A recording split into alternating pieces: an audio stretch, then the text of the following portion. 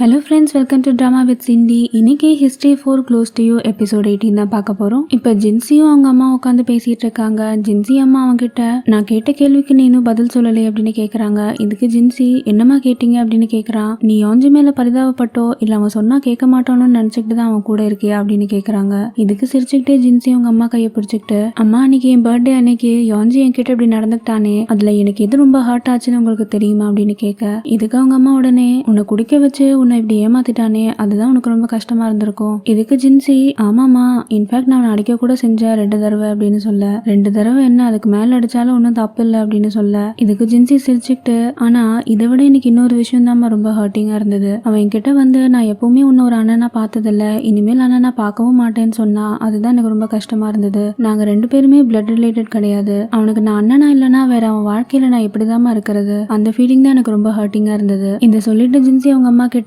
அம்மா ஒரு தடவை என்னோட ஃப்ரெண்டு சொன்னா, காதல் எப்படி வேணா வரலாம், யார்கிட்ட இருந்து வேணாலும் வரலாம், எந்த மாதிரி வேணாலும் வரலாம் அப்படின்னு சொன்னா. இதை கேட்டுட்டு அவங்க அம்மா எனக்கு புரியல ஜின்சி அப்படின்னு சொல்ல, இதுக்கு ஜின்சி அவங்க கிட்ட, ஆரம்பத்துல யோஞ்சி மேல இருக்க ஒரு ஃபீலிங் அவன் மேல இருக்கிற ஒரு அக்கறையா தான் ஸ்டார்ட் ஆச்சு. ஆனா போக போக அந்த அக்கறையும் அன்பும் அவன் மேல காதலா மாறுச்சு. நான் அவனை நிஜமாவே ரொம்ப லவ் பண்றேமா. இதெல்லாம் கேட்டுட்டு இருக்க அவங்க அம்மாக்கு கண் கலங்க ஆரம்பிக்குது. எனக்கு புரியுது ஜின்சி அப்படின்னு சொல்றாங்க.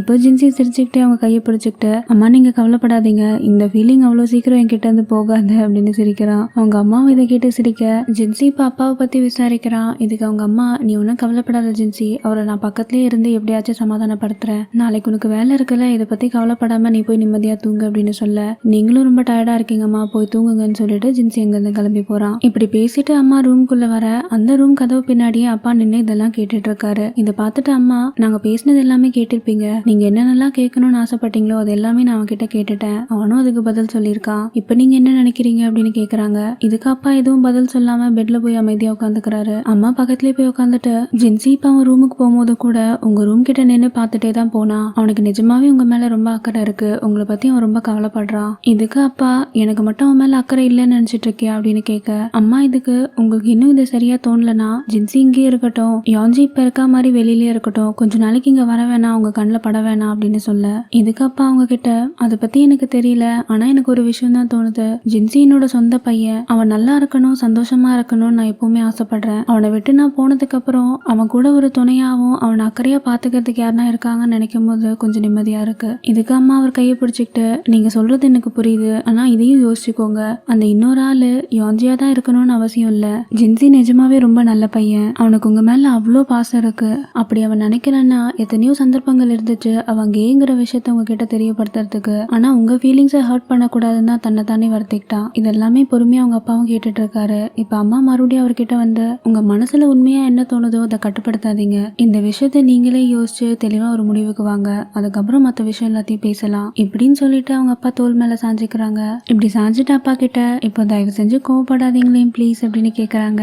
இதுக்கு அவங்க அப்பாவும் அம்மாவை பார்த்து சிரிச்சுட்டு ஆறுதலா அவங்க அம்மாவை கட்டி பிடிச்சிக்கிறாரு. என்ன ஒரு பியூட்டிஃபுல் ஃபேமிலியில என்ன ஒரு பாண்டிங் 2 பேருக்குள்ளேயும். நம்ம எல்லாருக்குமே ஒரு 60-70 வயசு ஆகும் போதும் இப்படி ஒரு நல்ல பாண்டிங்கோட இருக்கணும்னு ஆசைப்படுவோம்ல. இப்போ இங்க வில்சன் வீட்ல இருக்கான். எப்படியாச்சும் அந்த எவிடன்ஸை ஃபேக்குன்னு ப்ரூவ் பண்ண முடியாதான்னு எல்லார்கிட்டையும் கால் பண்ணிட்டு நிறைய விசாரிக்கிறான். மியூரன் அந்த பக்கம் எதேச்சியா வர, இவன் இவ்வளவு கஷ்டப்பட்டு இருக்கிறத பார்த்துட்டு அவனும் ரொம்ப ஃபீல் பண்றான். அவன் மனசுக்குள்ளேயே, பைத்தியக்காரன் நம்ம கிட்ட மட்டும் ரொம்ப கவலைப்படாத மாதிரி நடிச்சுட்டு அவன் எவ்வளவு கஷ்டப்பட்டு இதெல்லாம் கண்டுபிடிக்கிறான் பாரு அப்படின்னு நினைச்சுக்கிறான். எப்படியாச்சும் அந்த எவிடன்ஸ் என்னன்னு நம்ம கண்டுபிடிக்கணும் அப்படின்ட்டு அங்கிருந்து யோசிச்சுட்டு வெளில போறான். இப்ப அடுத்த நாள் ஆபீஸ்ல மியூரனும் மெய்ஃபனும் உட்காந்து பேசிட்டு இருக்காங்க. இப்ப மியூரன் மெய்ஃபன் கிட்ட, மெய்ஃபன் நீ முன்னாடி ஒரு தடவை இந்த காவ் யாரோ ஒரு மெயில் எம்ப்ளாயியை ஹராஸ் பண்ணான்னு சொன்னல, அவனோட டீடைல்ஸ் உனக்கு தெரியுமா அப்படின்னு கேக்குறான். மெய்ஃபன் இதுக்கு, நானும் உன்னை பத்தி விசாரிச்சேன், ஆனா யாருமே எதுவும் சொல்ல மாட்டேங்கிறாங்க. இதை கேட்டு மியூரன் ரொம்ப டல் ஆகுறான். இதை பார்த்துட்டு மெய்ஃபன், நீங்க காவுக்கு எதிராக இந்த மாதிரி எவிடன்ஸை கலெக்ட் பண்ணிட்டு இருக்கீங்களா அப்படின்னு கேட்க, ஆமா, அப்பதானே அவன் சொல்றது பொய்ன்னு ப்ரூவ் பண்ண முடியும், அது மட்டும் இல்லாம நமக்கு எவிடன்ஸ் இல்லைன்னா இதை ஏதோ நம்ம சும்மா சொல்றோங்கிற மாதிரி ஆயிடும். இதை கேட்டுட்டு மெய்ஃபன் மெதுவா மியூரன்ட்ட, வில்சன் எப்படி இருக்கான் அப்படின்னு கேட்க, மியூரன் அதுக்கு, அவன் வெளியில என்னமோ கவலைப்படாத மாதிரி இருக்கான், ஆனா மனசுக்குள்ள ரொம்ப கஷ்டப்படுறான், எனக்கு அவனை நினைச்சாலே ரொம்ப கஷ்டமா இருக்கு அப்படின்னு சொல்லிட்டு வில்சன் அவனுக்கு ஒரு ரிங் போட்டு விடுவான்ல, அந்த ரிங்கையே தடவிட்டு இருக்கான். இப்படி 2 பேருமே பேசிக்கிட்டு ஆஃபீஸ்க்குள்ள வர, அங்க இருக்க கேஃபேட்டேரியால 2 எம்ப்ளாயி வில்சனை பத்தி தப்பா பேசுறாங்க. இதை கேட்டு 2 பேருக்குமே கோவம் வருது. மெய்ஃபங் அவங்க கிட்ட போய் சண்டை போடலான்னு போக மியூரன் அவங்கள தடுத்துட்டு, அவங்க கிட்ட இப்ப போய் பேசி எந்த பிரயோஜனமும் இல்ல, நம்ம கிட்ட சாலிடா எவிடன்ஸ் இல்ல, இப்ப போய் நீ அவங்கள சண்டை போட்டாலும் இதை முடிச்சுட்டு வேற ஏதாவது காசிப் ஆரம்பிப்பாங்க. இதுக்கு மெய்ஃபங் மியூரன்ட்ட, அப்ப நம்ம என்ன பண்றது, எவிடன்ஸ் எப்படி கண்டுபிடிக்கிறது அப்படின்னு கேக்குறா. மியூரனும் இதை கேட்டு யோசிச்சுட்டு இருக்கான். இப்ப அடுத்து இங்க ஜின்சி யோன்ஜியும் நடந்து வந்துட்டு இருக்காங்க. ஜின்சிக்கு யோன்ஜி கையை பிடிச்சிக்கணும்னு ஆசையா இருக்கு. இதை கவனிச்ச யோன்ஜி அவனே போயிட்டு ஜின்சி கையை பிடிச்சிக்கிறான். இதை பார்த்து ஜின்சி சிரிச்சுட்டு நம்ம ஆபீஸ் பக்கத்துல வந்துட்டோம், யாருன்னா பார்த்தா நல்லா இருக்காது அப்படின்னு சொல்ல யோன்ஜி அவன் கிட்ட நம்ம 2 பேரும் தான் இப்ப ஒன்னா இருக்கோமே, யாருன்னா பார்த்தா ஏன் நல்லா இருக்காது அப்படின்னு கேட்க இதுக்கு ஜின்சி சிரிச்சுக்கிட்டே அவன் கிட்ட நான் அப்படி சொல்லல, எனக்கு கொஞ்சம் ஷையா இருக்கு அப்படின்னு சிரிக்கிறான். இதை கேட்டு யோன்ஜி சிரிச்சுட்டு அவன் கிட்ட அப்படின்னா பேசாம அவங்க கிட்ட போயிட்டு நம்ம கப்பல்னு சொல்லிட வேண்டியதானே அப்படின்னு சொல்ல ஜின்சி இதுக்கு அவங்க கிட்ட பரவாயில்லடா உனக்கு இந்த மாதிரி எல்லாம் பேச தெரியுது அப்படின்னு சிரிக்கிறான். யோன்ஜி அதுக்கு பின்ன உன்னோட பாய் ஃப்ரெண்ட் ஆச்சு அப்படின்னு சொல்ல ஆமாமா நீயும் என்னோட பாய் ஃப்ரெண்ட் தான் அப்படின்னு சிரிக்கிறாங்க. இப்படி 2 பேர் பாத்துக்கிட்டே இருக்க யோன்ஜி ஜின்சி கிட்ட ஜின்சி நீ என்ன எப்பவுமே லவ் பண்ணுவல்ல. இதை கேட்டு ஜின்சி யோன்ஜி கிட்ட கண்டிப்பாடா உனக்கு இந்த மாதிரி ஃபீலிங் தான் வரவே கூடாது அப்படின்னு சொல்ல நான் உன்னோட ஃபீலிங் அக்செப்ட் பண்ணிக்கிட்டேன், என்னோட ஃபீலிங் அவ்வளவு சீக்கிரம் மாறாது அப்படின்னு சொல்றான். இதுக்கு யோன்ஜி என்ன இருந்தாலும் எனக்கு கொஞ்சம் பயமாவே இருக்கு, ஏன்னா நம்ம விஷயத்துல அப்பா என்ன முடிவு எடுத்திருக்காருன்னு தெரியல, எனக்கு உன்னையும் அப்பாவையும் சம அளவுல ரொம்ப பிடிக்கும். இதை கேட்டு யோன்ஜி என்னது 2 பேரையும் சமமா பிடிக்குமா அப்படின்னு சொல்ல இதுக்கு ஜின்சி யோன்ஜி கிட்ட அப்படி இல்லனா நீ அவர்கிட்ட தனியா போய் பேசும்போது நான் பேச வேணாம் தடுத்திருக்க மாட்டேனா அப்படின்னு கேட்க இதை கேட்டு யோன்ஜி ரொம்ப டல் ஆயிட்டு சாரி அப்படின்னு சொல்றான். இதை பார்த்து சிரிச்சிட்டு ஜின்சி அவன் கிட்ட டேய் பைத்தியம், நான் என்னதான் அட்வைஸ் பண்ணாலும் நீ அதுக்கெல்லாம் கேட்கற ஆள் இல்லைன்னு எனக்கு தெரியும், அதனால எனக்கு உன் மேல கோவம்லாம் வராது அப்படின்னு சிரிக்கிறான். ஆனா ஒண்ணு மட்டும் தெரிஞ்சுக்கோ யோன்ஜி, எனக்கு உன்னையும் அப்பாவையும் ரொம்ப பிடிக்கும். இதை கேட்டு யோன்ஜியும் ரொம்ப சந்தோஷப்படுறான். இப்ப ஜின்சி அவன் கிட்ட சரி அப்ப இந்த வீக்கெண்ட் நீயும் நானும் ஒன்னா சேர்ந்து அப்பா போய் பார்க்கலாம் அப்படின்னு சொல்ல என்னது இவ்வளவு சீக்கிரம் போகணுமா அப்படின்னு யோன்ஜி கேக்குறான். இதுக்கு ஜின்சி ஆமா நான் மென்டலி ப்ரிப்பேர் ஆயிட்டேன், அது மட்டும் இல்லாம இந்த விஷயத்தை இவ்வளவு நாள் தள்ளி போடுறதுல எனக்கு விருப்பமும் இல்லை அப்படின்னு சொல்ல யோன்ஜி இதுக்கு சிரிச்சுக்கிட்டே சரி அப்ப நம்ம 2 பேரும் ஒன்னாவே போய் பேசலாம் அப்படின்னு சொல்றான். இப்படி சொல்லிட்டு ஜின்சி அவனுக்கு பாய் சொல்லிட்டு ஆபீஸ்க்குள்ள போறான். யோன்ஜி அங்க இருந்து கிளம்பலான்னு போக அப்பா கரெக்டா மியூரன் அங்க வந்துட்டு யோன்ஜி அடுத்து வர சில நாள்ல நைட்டு நீ எப்ப ஃப்ரீயா இருப்ப அப்படின்னு கேக்குறான். இப்ப அன்னைக்கு நைட்டு வில்சன் அந்த எவிடன்ஸ்க்காக ரொம்ப அலைஞ்சிட்டு ரொம்ப டயர்டா வீட்டுக்கு வரான். வீட்டுக்கு வந்து பார்த்தா மியூரன் அந்த சோஃபாலே உட்காந்துட்டு அப்படியே படுத்துட்டு இருக்கான். இப்ப மெதுவா அவன் பக்கத்துல போயிட்டு அங்க இருக்க பெட்ஷீட் எடுத்துட்டு அவனுக்கு போத்தி விடுறான். இப்ப மியூரன் கண்ணு முடிச்சு பார்த்துட்டு எப்படா வந்த இவ்வளவு லேட் ஆயிடுச்சு அப்படின்னு கேட்க இப்ப தாண்டா வந்த கொஞ்சம் டயர்டா இருக்கு, இன்னைக்கு அந்த எவிடன்ஸ் விஷயமா ரொம்ப அலைஞ்சிட்டு இருந்தேன் அப்படின்னு சொல்ல இதுக்கு மியூரன் அவன் கிட்ட சரி நீ உட்காரா நான் உனக்கு ஏதாவது சாப்பிடறதுக்கு போய் சமைச்சு எடுத்துட்டு வரேன் அப்படின்னு சொல்ல இதுக்கு வில்சன் வேணான்னு சொல்றான். இப்படி சொல்லிட்டு மியூரன் மடியிலே படுத்துக்கிறான். படுத்துட்டு மியூரனை பார்த்துட்டு இப்படி நீ கூடவே இருந்தா எனக்கு வேற எதுவும் வேணாண்டா அப்படின்னு சொல்றான். இப்போ மியூரன் அவனை கட்டி பிடிச்சிட்டு அவனை தூங்க வைக்கிறான். என்னதான் இருந்தாலும் வில்சன் இப்படி கஷ்டப்படுறத பார்த்துட்டு மியூரன் ரொம்ப ஃபீல் பண்றான். இப்ப அடுத்த நாள் காலையில மியூரன் வில்சனுக்காக நிறைய பிரேக்ஃபாஸ்ட் ரெடி பண்ணிட்டு இருக்கான். வில்சன் அவங்க வரவே சீக்கிரம் போய் உட்காரா பிரேக்ஃபாஸ்ட் ரெடி ஆயிடுச்சு அப்படின்னு சொல்றான். டேபிள்ல போய் பார்த்தா நிறைய ஐட்டம் பண்ணி வச்சிருக்கா. இதெல்லாம் பார்த்துட்டு வில்சன் ரொம்ப சந்தோஷமாயிட்டு டேய் தேங் இதெல்லாம் நீ தான் பண்ணியா அப்படின்னு கேட்க ஆமா இந்த மாதிரி காலையில நல்லா சாப்பிட்டாதான் அன்னைக்கு ஃபுல்லா எனர்ஜெட்டிக்கா இருக்க முடியும், அது மட்டும் இல்லாம இன்னைக்கு ஸ்பெஷல் லவ் பிரேக்ஃபாஸ்ட் தெரியுமா அப்படின்னு சிரிக்கிறான். இது கேட்டு வில்சன் சந்தோஷமாயிட்டு பாரு எல்லாத்தையும் நானே சாப்பிட்டு காலி பண்ணிடுறேன்னு சொல்லிட்டு ஒன்னொன்னா சாப்பிட ஆரம்பிக்கிறான். அப்ப மியூரன் அவன் கிட்ட நான் அவ்வளவா பிரேக்ஃபாஸ்ட் குக் பண்ணது இல்லடா, ஆனா என்னமோ இன்னைக்கு உனக்காக இது எல்லாமே செஞ்சு வைக்கணும்னு ஆசையா இருந்தது அப்படின்னு சொல்ல வில்சன் இதுக்கு மியூரனை பார்த்துட்டு டேய் தேங் என்னாலதான்டா இவ்வளவு பிரச்சனை, ஆனாலும் நீ என்கிட்ட ரொம்ப நல்ல மாதிரி இருக்க அப்படின்னு ஃபீல் பண்ண. இதுக்கு மியூரன் அவன் கிட்ட ரொம்ப கவலைப்படாதடா, எப்படியாச்சும் நம்ம எவிடன்ஸை கண்டுபிடிச்சிடலாம். இப்படி பேசிட்டு மியூரனும் சாப்பிட ஆரம்பிக்கிறான். வில்சன் அவனை வேணாம் தடுக்கிறான். இது எனக்காக தானே பண்ண, அப்ப நான் தான் சாப்பிடணும்னு சொல்ல இது என்னடா வம்பா போச்சு, அப்ப நான் பிரேக்ஃபாஸ்ட் சாப்பிடக்கூடாதா அப்படின்னு கேட்டுக்கிட்டே மியூரன் சாப்பிட ஆரம்பிக்கிறான். அவன் செஞ்சதை வாயில வச்ச உடனேதான் பாக்கி அப்படியே துப்பிட்டு ஏன்டா இது இவ்வளவு கேவலமா இருக்கே, இவ்வளவு நேரம் எப்படா பொறுமையா சாப்பிட்டுட்டு இருக்க அப்படின்னு கேட்க வில்சன் சிரிச்சுக்கிட்டே அவன் கிட்ட டேய் நீ என்ன பண்ணாலும் எனக்கு ரொம்ப பிடிக்கும்டா அப்படின்னு சொல்றான். இன்ஃபேக்ட் இது சாப்பிட்டதுக்கு அப்புறம் தான் இந்த வீடியோ கேம்ல எல்லாம் வர கேரக்டருக்கு டக்குன்னு எனர்ஜி வந்துடும் தெரியுமா, அந்த மாதிரி எனக்கு இப்ப ஃபீல் ஆகுது, இப்ப பாரு அந்த எவிடன்ஸ் எப்படி நான் கண்டுபிடிக்கிறேன் அப்படின்னு சொல்லிட்டு அதை சாப்பிட ஆரம்பிக்கிறான். இதை கேட்டுட்டு மியூரன் ஒரே லவாங்கியா ஃபீல் ஆயிட்டு டக்குன்னு போய் வில்சன் கண்ணத்துல ஒரு முத்தம் கொடுத்துடுறான். முத்தம் கொடுத்துட்டு எனக்கு நம்பிக்கை இருக்குடா நீ கண்டிப்பா கண்டுபிடிச்சிருவ அப்படின்னு சொல்றான். இப்படி பேசிட்டு இருக்க மியூரனுக்கு ஒரு கால் வருது. அதுல இன்னைக்கு நைட்டு ரெடியாரு அப்படின்னு சொல்றான். மியூரன் அதுக்கு ஓகேன்னு சொல்லிட்டு காலை வச்சிடறான். இதை கவனிச்ச வில்சன் யாருடா போன் வந்தோடனே மூஞ்சே மாறிடுச்சு அப்படின்னு கேட்க அதெல்லாம் ஒண்ணும் இல்லடா கிளைண்ட் கால் தான், இன்னைக்கு ஒரு மீட்டிங் இருக்கு அதை பத்தி தான் பேசினேன். இதை சொல்லிட்டு வில்சனை கிஸ் பண்ணிட்டு அங்க இருந்து கிளம்பி போறான். இப்ப இங்க ஜின்சி வீட்ல ஜின்சி யோன்ஜி அவங்க அம்மா அப்பாவை மீட் பண்ண வந்திருக்காங்க. ஒருத்தர் பாத்துக்க கூட முடியாம ரொம்ப அன்கம்ஃபர்டபுளா ஃபீல் பண்றாங்க.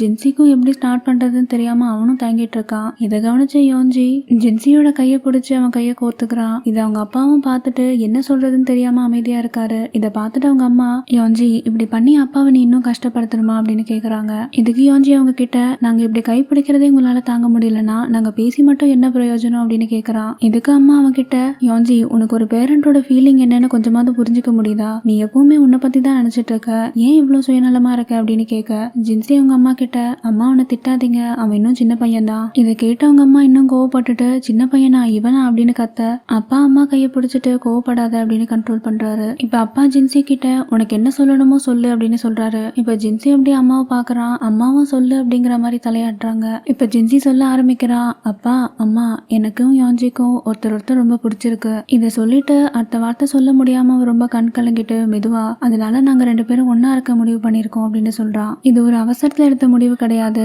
நாங்க 2 பேருமே சீரியஸா இதை பத்தி யோசிச்சுட்டு தான் முடிவு எடுத்தோம். இதை கேட்டுட்டு இருக்க அவங்க அப்பாவுக்கு என்ன சொல்றதுன்னு தெரியாம ஜின்சியே பாத்துட்டு இருக்காரு. இப்ப ஜின்சி மெதுவா அவர்கிட்ட இந்த விஷயத்த சொல்லிட்டு உங்க 2 பேர்கிட்ட ஆசீர்வாதம் வாங்கலாம் தான் வந்தோம். இத சொல்லிட்டு கண் கலங்க அவங்க அப்பாவை பார்க்க அவங்க அப்பாவுக்கு இதுக்கு மேல என்ன பதில் சொல்றதுன்னு தெரியாம அமைதியா இருக்காரு. ஒரு அப்பாவுக்கு இது நிஜமாவே ஒரு சவாலான விஷயம் தான். ஒரு பக்கம் தன்னோட சொந்த பையன், இன்னொரு பக்கம் தான் பையனா நினைச்சு வளர்த்தவன். இவங்க 2 பேரும் ஒண்ணு சேரணும்னு சொல்லும் போது என்னதான் தன்னோட சொந்த பையன் இல்லைனாலும் அவர் மனசுல இருக்க போராட்டத்தை நம்மளால தெளிவா புரிஞ்சுக்க முடியுது இல்லையா? இதெல்லாம் யோசிச்சுட்டே மெதுவா அவங்க அப்பா ஜின்சி கிட்ட எனக்கு உண்மையா மனசாட்சியை தொட்டு சொல்லு ஜின்சி, இந்த உலகத்துல இந்த மாதிரி விஷயத்த எத்தனை பேர் அக்செப்ட் பண்ணிப்பாங்க? யாஞ்சி சின்ன வயசுல இருந்து கொஞ்சம் கொஞ்சமா வளர்றத என் கண்ணு முன்னாடியே பார்த்தேன். நான் ஒரு ஸ்ட்ரேஞ்சருங்கிற ஃபீலிங் போயிட்டு அவன் என்ன அப்பான்னு கூப்பிட ஆரம்பிச்சான். அவன் என்னோட பையன், நீங்க 2 பேருமே என்னோட பசங்க இப்படி சொல்லிட்டு அவரை கண்ட்ரோல் பண்ண முடியாம அவரே வாய் விட்டு அழ ஆரம்பிச்சிடுறாரு. அப்பாவை எந்த நிலைமையில பார்க்க கூடாதுன்னு இத்தனை வருஷமா ஜின்சி பயப்பட்டானோ அதே மாதிரி அப்பா கஷ்டப்படுறத பார்த்துட்டு அவனும் அழ ஆரம்பிக்கிறான். அப்பா என்ன மன்னிச்சிருங்க. அப்பா இப்ப கொஞ்சம் அழுகிறத கண்ட்ரோல் பண்ணிட்டு அந்த சோஃபால இருந்து எழுந்து கொஞ்சம் தள்ளி போறாரு. ஜின்சிக்கு இதை பார்த்தோன்னே ரொம்ப பயமாயிட்டு அப்பாவே பார்த்துட்டு இருக்கா. இப்ப அப்பாவும் கொஞ்சம் காமாயிட்டு 2 பேரையும் பார்த்துட்டு என்னால இதை ஏத்துக்க முடியாது, ஆனா இருந்தாலும் நீங்க 2 பேரும் நல்லா வாழணும்னு ஆசீர்வாதம் பண்றேன். ஏன்னா நீங்க 2 பேருமே என் பசங்க. எனக்கு என்னோட உணர்வுகளை விட நான் உங்க 2 பேரும் மேல வச்சிருக்க பாசம் ரொம்ப அதிகம். இதை கேட்டுட்டு ஜின்சி ரொம்ப கண் கலங்க ஆரம்பிக்கிறான். இப்ப அப்பா ஜின்சியை கூப்பிட்டுட்டு ஜின்சி உனக்கு ஆண்களை பிடிக்குங்கிறது உன்னோட நேச்சர், அதை மாத்த முடியாது. அதை நான் ஏத்துக்கிட்டு உன் மேல அன்பா தான் இருக்கேன். இப்போ உன்னோட சாய்ஸ் இவங்கிறதுனால இவன் மேலயும் நான் அன்பா தான் இருப்பேன். அவனையும் நான் ஏத்துக்கிறேன். ஆனா ஒண்ணு மட்டும் மாறாது, நீங்க 2 பேருமே என் பசங்க தான். நம்ம எப்பவுமே ஒரு ஃபேமிலி தான். இப்படி சொல்லிட்டு அவர் கண் கலங்க ஜின்சி அவனால கண்ட்ரோல் பண்ண முடியாம அழுதுகிட்டு எழுந்து போய் அவங்க அப்பாவை கட்டி பிடிச்சிட்டு அழ ஆரம்பிக்கிறான். அவங்க அப்பாவும் பையனை பிடிச்சிட்டு அழ ஆரம்பிக்கிறாரு. எதுக்குமே கலங்காத நம்ம யாஞ்சியும் கண் கலங்க இதெல்லாம் பார்த்துட்டு இருக்க அவங்க அம்மாவும் ஆட ஆரம்பிக்கிறாங்க. ஃப்ரெண்ட்ஸ் நம்ம எல்லாருமே பேசியிருக்கோம், ஏன் நம்ம பேரண்ட்ஸ் ஒத்துக்க மாட்டேங்கிறாங்க, ஏன் எங்களை ஏத்துக்க மாட்டேங்கிறாங்க அப்படின்னு நம்ம நிறைய பேசியிருக்கோம். ஆனா ஒரு பேரண்டா அந்த பெர்ஸ்பெக்டிவ்ல இருந்து நம்ம பார்த்தோம்னா தான் அவங்க மனசுல இருக்க போராட்டம் என்னன்னு நமக்கும் புரிய ஆரம்பிக்கும். ஏன்னா நான் ஏற்கனவே சொன்ன மாதிரி நம்ம வளர்ந்த ஒரு ஜென்ரேஷன் வேற, அவங்களுக்கு சொல்லி கொடுத்தது அவங்க ஃபாலோ பண்ற வேல்யூஸ் எல்லாமே கம்ப்ளீட்டா போலா டிஃப்ரெண்டா இருக்கும். இந்த விஷயத்த நம்ம முதல் தடவை நம்ம பேரண்ட்ஸ் கிட்ட சொல்லும் போது அவங்களுக்கு இதை ஆக்சுவலி எப்படி ரிசீவ் பண்ணிக்கணும்னே தெரியாது. இந்த மாதிரி விஷயங்கள் நடக்குதுங்கிறது அவங்களுக்கு தெரியும், ஆனா எங்கேயும் 1-2 நடக்குதுன்னு அவங்க நினைச்சிட்டு இருப்பாங்க. ஆனா அவங்க வீட்டுக்குள்ளேயே இந்த மாதிரி நடக்குதுன்னு நினைக்கும் போது இதை ஒத்துக்கணுமா ஒத்துக்க கூடாதானே அவங்களுக்கு ஒரு ஐடியா இருக்காது. ஆப்வியஸ்லி இது அவங்க மேல தப்பும் கிடையாது. அது மட்டும் இல்லாம அவங்க மனசுல இருக்க மேஜர் பயம் என்னவா இருக்கும்னா, முதல் விஷயம் ஒருவேளை இது எல்லாமே பிசிக்கல் அட்ராக்ஷனா இருக்குமோ, 2வது விஷயம் நம்ம இதை ஏத்துக்கிட்டோம்னா சொசைட்டி என்ன பேசும், நம்ம பொண்ணையோ பையனையோ பத்தி ரொம்ப தரக்குறவா பேசுவாங்களோ, 3வது விஷயம் ரொம்ப பேசிக்கான ரொம்ப அவசியமான பயம் தான், நம்ம குடும்பம் இதுக்கு மேல தழைக்காம போயிடுமோ. இது எல்லாமே ஆஸ் அ பேரண்டா ரொம்ப ரொம்ப அவசியமான ஒரு பயம் தான். இதை பத்திலாம் நீங்க கவலைப்படாதீங்கன்னு நம்ம ஒரே வார்த்தையில அதெல்லாம் அப்படி தள்ளி விட்டு போக முடியாது. சில நேரங்கள்ல நம்மளை ஏத்துக்கிறது கூட அவங்க ஒருவேளை தயாரா இருப்பாங்க. ஆனா இதெல்லாம் நினைச்சு எப்படியாச்சும் நம்ம பசங்களை நம்ம சரி பண்ணிடலான்ட்டு ரொம்ப ஸ்டபனா முடியாதுன்னு சொல்லுவாங்க. இந்த மாதிரி ஒரு சிச்சுவேஷன்ல எது தெரியுமா நமக்கு ரொம்ப ஹெல்ப்ஃபுல்லா இருக்கும், உங்களுக்கும் உங்க பார்ட்னருக்கும் உண்டான ஒரு பாண்டிங் அவ்வளோ ஸ்ட்ராங்கா இருக்கணும். என்ன நிலைமை வந்தாலும் ஒருத்தர் விட்டு கொடுக்காம எந்த பிரச்சனை வந்தாலும் தைரியமா ஃபேஸ் பண்ணுங்கிற மனசு 2 பேருக்குமே இருக்கணும். ஆனா பெரும்பாலான நேரங்கள்ல ஒருத்தர் கொஞ்சம் வீக்கா இருப்பாங்க. ஸோ இந்த டைம் டியூரேஷன், அதாவது பேரண்ட்ஸை கன்வின்ஸ் பண்ற இந்த டியூரேஷனுக்குள்ளேயே அவங்க ரிலேஷன்ஷிப் முடிஞ்சு போயிடும். அப்ப எப்படி பேச்சு வரும்னா, நான் அப்பயே சொன்னேன்ல பாரு இதெல்லாம் சும்மா அப்படின்னு சொல்லிட்டு ஒரு டாக் வருது. ஸோ நம்ம பேரண்ட்ஸ் கிட்ட நம்ம கன்ஃபெஸ் பண்றதுக்கு முன்னாடி நம்ம நிஜமாலுமே இந்த ரிலேஷன்ஷிப்பை ஸ்ட்ராங்கா காலம் ஃபுல்லா நம்ம 2 பேரும் தான் ஒன்னா இருப்போமா அந்த ஃபீலிங்ல ரொம்ப ரொம்ப ஸ்ட்ராங்கா இருந்தா மட்டும் பேரண்ட்ஸ் கிட்ட போங்க. நான் ஏற்கனவே சொன்ன மாதிரி எல்லார்கிட்டையும் போய் நம்ம இதை பத்தி பேசணும்னு அவசியம் கிடையாது. ஆனா நம்ம பிடிச்சவங்க, நம்ம மேல ரொம்ப அக்கறையா இருக்கவங்க, நம்மளோட வாழ்க்கையை ஏத்துக்கிட்டு நமக்கு துணையா இருந்தாங்கன்னா வாழ்க்கையில அதை விட வேற என்ன பிளெஸிங் இருக்க முடியும் சொல்லுங்க. இங்க ஜின்சிக்கு ஒரு சந்தோஷம் ஏற்படுது, அதை விட 100 மடங்கு அதிகமா நம்ம சந்தோஷமா இருப்போம். ஸோ ரிலேஷன்ஷிப்ல இருக்கிறவங்க ஸ்ட்ராங்கா இருங்க. அண்ட் பேரண்ட்ஸ் கஷ்டமா இருந்தாலும் உங்க பசங்களோட அன்பை ஏத்துக்கிட்டு அவங்களோட அன்பான வாழ்க்கையை பார்த்து சந்தோஷப்படுங்க. வித் தட் டீடைல் எக்ஸ்பிளனேஷன் நம்ம வாங்க கதைக்குள்ள போலாம். இப்போ ஜின்சியும் உங்க அப்பாவும் கட்டி பிடிச்சிட்டு இருக்க ஜின்சி அழுதுகிட்டே அவங்க அப்பா கிட்ட ரொம்ப தேங்க்ஸ் பா அப்படின்னு சொல்றான். இப்ப யோஞ்சி அங்க ஓடி வந்துட்டு அவங்க அப்பா கிட்ட அவனும் கண் கலங்கிட்டே, அப்பா என்ன நம்புங்க, நான் ஜின்சியை நல்லா பாத்துப்பேன், அது மட்டும் இல்லாம உங்களையும் அம்மாவையும் நான் நல்லா பாத்துப்பேன் அப்படின்னு சொல்றான். இதை கேட்டுட்டு அவரும் கண் கலங்கிட்டு யோஞ்சி தலையை தடவி விடுறாரு. இதெல்லாம் பார்த்துட்டு இருக்க அம்மாவுக்கும் ரொம்ப ஃபீல் ஆயிட்டு கண் கலங்க சிரிச்சுட்டு எழுந்துட்டு, ஏன் இப்படி எல்லாம் நின்னுக்கிட்டே பேசிட்டு இருக்கீங்க, வாங்க வாங்க வந்து உட்காருங்கன்னு சொல்றாங்க. இப்ப அம்மா ஜின்சியை பார்த்துட்டு அப்பா பேசி முடிச்சிட்டாரு, இப்ப இன்னொரு டர்ன், நான் நிறைய பேசணும், எனக்கு நிறைய ரூல்ஸ் இருக்கு அப்படின்னு சொல்லிட்டு யாஞ்சி சின்ன பையன், அவனுக்கு இப்பதான் 20 வயசு ஆகுது, இப்ப எல்லாருமே நம்ம ஒரே வீட்டுல இருக்கோம், நீங்க இப்படி கையை பிடிச்சிக்கிறது கட்டி பிடிக்கிறது இதெல்லாம் பார்த்துட்டு எங்களுக்கு கொஞ்சம் அட்ஜஸ்ட் ஆகிறதுக்கு கொஞ்சம் டைம் தேவைப்படும், அதனால யாஞ்சி டிகிரி முடிக்கிற வரைக்கும் எந்த விதமான தேவையில்லாத விஷயமும் இந்த வீட்டுல நடக்கூடாது அப்படின்னு சொல்றாங்க. இந்த விஷயம் கேட்டு டென்ஷனான யாஞ்சி டக்குன்னு நான் கிராஜுவேட் ஆகிறதுக்கு இன்னும் 4 வருஷம் இருக்கு அப்படின்னு சொல்றான். இதுக்கு அவங்க அம்மா அப்பா பக்கம் திரும்பி 4 வருஷம் எல்லாத்தையும் செட்டில் ஆகிறதுக்கு போதும் இல்லைங்க அப்படின்னு கேட்க, இதுக்கு யாஞ்சி மறுபடியும் வீட்டுல எதுவும் நடக்கூடாதுன்னா நான் வெளியில போய் தங்கிக்கிறேன் அப்படின்னு சொல்றான். எதுக்கு அவங்க அம்மா டென்ஷன் ஆயிட்டு அவன் கிட்ட, டேய் இப்பதானடா எல்லாரும் ஃபேமிலின்னு சொன்னோம், நீ மட்டும் தனியா போய் தங்கினா எப்படி, எல்லாரும் ஒன்னாதான் இருக்கணும். இதை கேட்டு யாஞ்சி இன்னும் டென்ஷன் ஆவ, நீ ஏமா இப்படி இருக்க, இப்ப நான் சின்ன பையன் சொல்ற, கொஞ்ச நேரத்துக்கு முன்னாடி சண்டை போடும் போது சின்ன பையனா இவனா அப்படின்னு நீயே கேட்ட. இவங்க 2 பேரும் இப்படி சண்டை போட்டதை பார்த்துட்டு ஜின்சி அமைதியா சிரிச்சிட்டு இருக்கான். இப்ப அம்மா யாஞ்சி கிட்ட, அதனால என்ன, நான் அப்படிதான் சொல்லுவேன், இந்த வீட்டுக்கு இன்னும் உங்க அப்பா தான் பணம் கட்டுறாரு, அதனால நாங்க என்ன சொல்றோமோ அதான் இங்க ஃபைனல், ஓகேவா அப்படின்னு சொல்ல, இதுக்கு யாஞ்சி என்கிட்டயும் பணம் இருக்கு. இதை கேட்டுட்டு அவங்க அம்மா, என்னடா பணம் வச்சிருக்க, பணம் வச்சிருந்தா நீ என்ன வேணா பேசுவியா, என்ன நீ இன்னும் ஒரு 50 வருஷத்துக்கு பணம் சேர்த்து வச்சிருக்க மாதிரியே பேசுற, அப்படியே இருந்தாலும் ஏன் நமக்கு எக்கானமி கிரைசிஸே வராதா அப்படின்னு சொல்றாங்க. ஆனா யாஞ்சிக்கு சரியான ஆள் அவங்க அம்மா தான். இப்ப யாஞ்சி அவங்க அம்மா கிட்ட, யாருனாச்சும் தான் பையன் கஷ்டப்படணும்னு சொல்லுவாங்களா, ஏன் இப்படி பேசுற அப்படின்னு கேட்க, அவங்க அம்மா டக்குன்னு எழுந்துட்டு, ஆமாண்டா நான் அப்படிதான் சொல்லுவேன், இப்ப என்னங்கிற அப்படின்னு கேக்குறாங்க. இதுக்கு யாஞ்சி அவங்க கிட்ட, அம்மா நீ நிஜமாவே எனக்கு அம்மாவா, அது முதல்ல சொல்லு அப்படிங்கிறான். இதுக்கு கொஞ்சம் கூட சளைக்காம அவங்களும், இல்லடா நான் உன் அம்மா கிடையாது, நீ ரோட்ல கிடந்த தூக்கிட்டு வந்த அப்படின்னு சொல்ல, இதுக்கு யாஞ்சி, எனக்கு அப்பயே தெரியும், இல்லனா நீ ஏன் மேல இப்படி கோவமா இருப்ப எப்பவுமே அப்படின்னு சொல்ல, இதை கேட்டு கடுப்பான அவங்க அம்மா யாஞ்சி அடிக்கிறாங்க. இப்ப யாஞ்சி அவங்க அப்பா கிட்ட, அப்பா பாருங்க அம்மா எப்படி பண்றாங்க அப்படின்னு கம்ப்ளைண்ட் பண்றா. அவங்க அப்பாவும் சிரிச்சுட்டு அம்மாவும் உட்கார வைக்கிறாரு. இப்ப கோவப்பட்டு இருக்க யாஞ்சியும் ஜின்சி அமைதியா உட்கார வைக்கிறான். எப்படி பேசி ஆரம்பிச்ச குடும்பம் இப்ப எப்படி இருக்காங்க பாருங்களேன். ஐ ஹோப் எவ்ரி ஒன் அவங்க அப்பா அம்மாட்ட சொல்லும் போது இந்த மாதிரி ஒரு ஸ்வீட்டா ரொம்ப ஜாலியா முடியணும்னு ஆசைப்படுறேன். இப்படி யாருன்னா உங்க பேரண்ட்ஸ் கிட்ட வெளிப்படையா பேசணும்னு நினைச்சீங்கன்னா ஆல் தி பெஸ்ட். இல்ல ஏற்கனவே இதெல்லாம் பேசி நல்லா சுமூகமா ஆச்சுன்னா அதையும் கமெண்ட் செக்ஷன்ல தெரியப்படுத்துங்க. இந்த ஒரு ரொம்ப ஸ்வீட்டான எமோஷனான பியூட்டிஃபுல்லான சீனோட இந்த எபிசோட் முடியுது. அடுத்த எபிசோட் கூடிய சீக்கிரம் பார்க்கலாம். இந்த எபிசோட் பிடிச்சிருந்தா லைக் பண்ணுங்க, கமெண்ட் பண்ணுங்க, மறக்காம நம்ம சேனலுக்கு சப்ஸ்கிரைப் பண்ணுங்க. கூடிய சீக்கிரம் அடுத்த வீடியோல பார்க்கலாம். Until then, stay safe, be happy, have love, cheers, bye.